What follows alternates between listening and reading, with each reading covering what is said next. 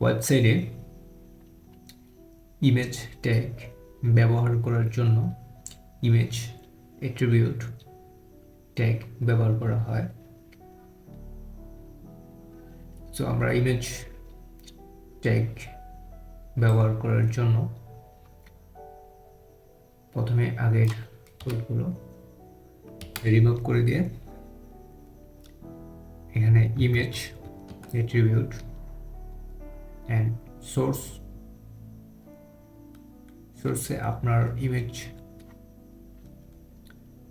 Image name অথবা image যদি কোনো ফোল্ডার থাকে ফোল্ডার নেম, প্রথমে ফোল্ডার নেম স্ল্যাশ কার ডট পিএনজি ইমেজটি দেখাতে চাচ্ছি। এখানে কন্ট্রোল এস সেভ করার মাধ্যমে এখানে আমরা ইমেজ অডিও ভিডিও রাখার জন্য একটা মিডিয়া ফাইল তৈরি করে নিয়েছি, যার মধ্যে image and audio video file গুলা রয়েছে এবং এখানে আমরা ইমেজ অ্যাট্রিবিউট অ্যাড করার মাধ্যমে ওয়েবসাইটে দেখতে পারবো।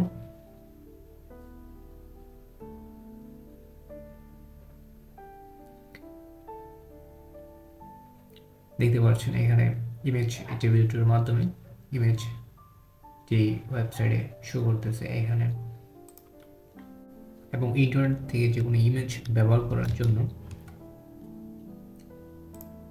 ইমেজের নেম দিয়ে সার্চ করার পর আপনার ইমেজের উপর কার্সার রেখে রাইট ক্লিক করে copy image address and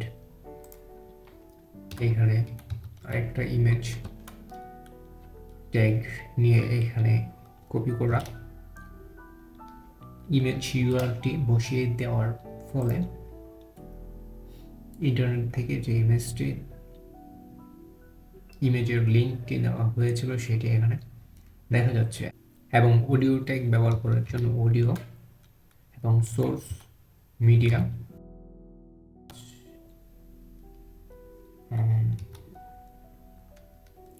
audio dot mp3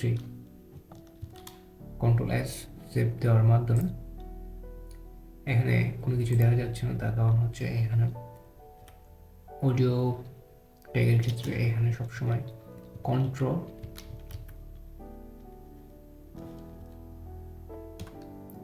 controls method ব্যবহার করতে হয়।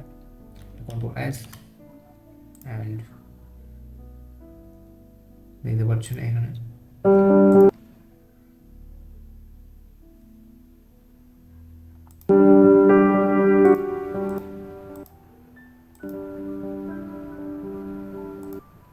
কন্ট্রোল করা যাচ্ছে। এবং ভিডিও ট্যাগের জন্য ভিডিও অ্যাট্রিবিউট এবং source media slash video dot mp4 control S save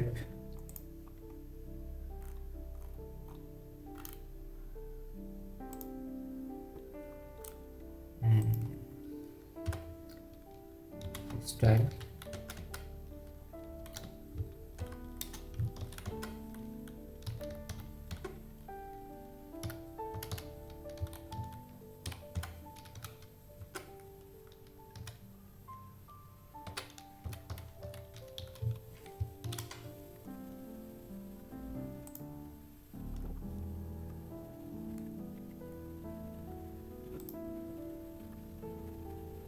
এবং সেমভাবে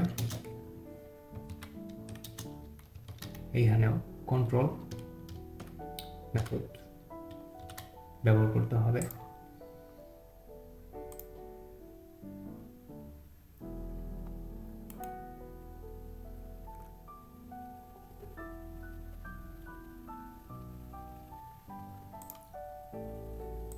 এবং ইন্টারনেট থেকে যে কোনো ভিডিও দেখানোর জন্য example this video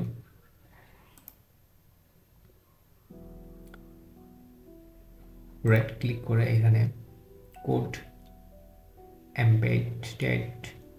embedded code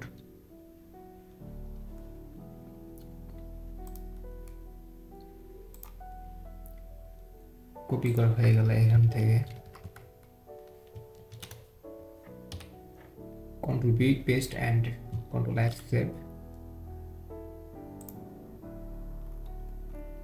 দেখতে পাচ্ছেন এখানে নিচে ইউটিউবের ভিডিওটি দেখা যাচ্ছে। এবং আজকের জন্য অডিও, ভিডিও এবং ইমেজ ট্যাগের মাধ্যমে ভিডিওটি শেষ করা হলো, এবং পরবর্তী ভিডিওতে কথা হবে পরবর্তী টপিক নিয়ে।